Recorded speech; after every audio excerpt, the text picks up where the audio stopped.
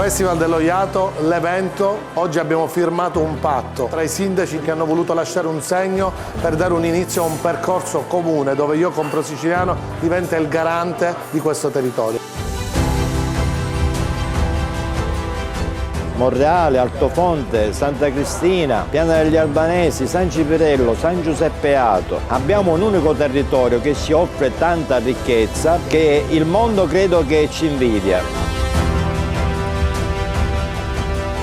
Questa firma è sicuramente importante perché oggi nel mondo della globalizzazione condividere e dividere non solo le responsabilità ma anche la bellezza dei territori è sicuramente importante. Fare promozione territoriale con tutti i comuni della bellissima valle dello Iato è un percorso in cui non si torna minimamente indietro.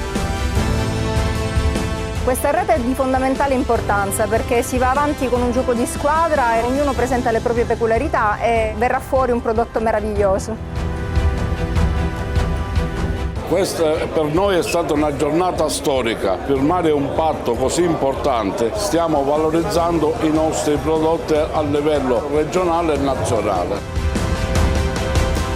La parola d'ordine è fare sistema e attraverso questo evento e questo patto direi che ci siamo assolutamente riusciti. Abbiamo dei territori importanti e dobbiamo valorizzare il nostro patrimonio culturale perché può servire realmente da volano turistico ed economico per la nostra isola e per il nostro territorio.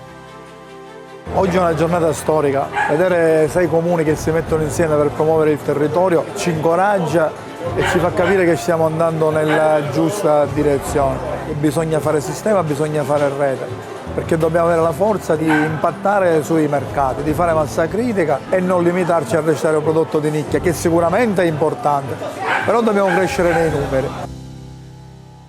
La Valle dello Iato è un'idea, l'idea che sia possibile cooperare a livello istituzionale e a livello di aziende, un insieme di attività che possano allo stesso tempo invogliare i visitatori, i viaggiatori e dall'altra parte promuovere la grande produzione che il nostro territorio offre.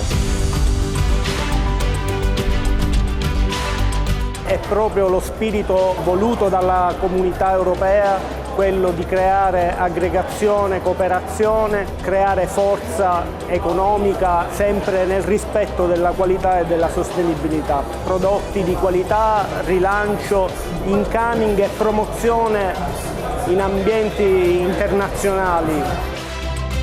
Palermo non è solo il suo immenso patrimonio culturale, ma è anche l'insieme delle comunità che di fatto afferiscono alla città. Con questo patto si sigla finalmente questa unione e questo accordo, ovvero che la città vive della sua cultura ma ha bisogno di respirare della natura di questi piccoli gioielli che la circondano.